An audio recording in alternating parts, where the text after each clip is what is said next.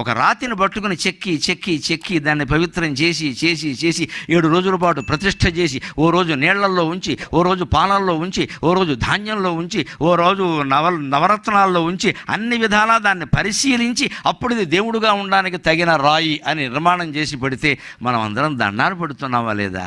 రాయి దేవుడయింది, మనిషి ఎందుకు దేవుడు కాడండి? అర్థం లేని మాట. రాయి దేవుడు అవుతోంది నీ దేవాలయాల్లో గమనించుకో. నువ్వు రాయివి కాదు కదా, మనిషివి. ఇంకో ప్రశ్న వేస్తున్నా, మనిషి ప్రతిష్ఠించిన రాయి దేవుడైనప్పుడు దేవుడు ప్రతిష్ఠించిన మనిషి ఎందుకు దేవుడు కాడండి? దేవుడు ప్రతిష్ఠించాడు కదా మనిషిని. ఎవడు ప్రతిష్ఠించాడు? దేవుడు. మనిషి ప్రతిష్ఠ చేసిన రాయి దేవుడు అవుతున్నా, దేవుడు ప్రతిష్ఠ చేసిన మనిషి దేవుడు కదా.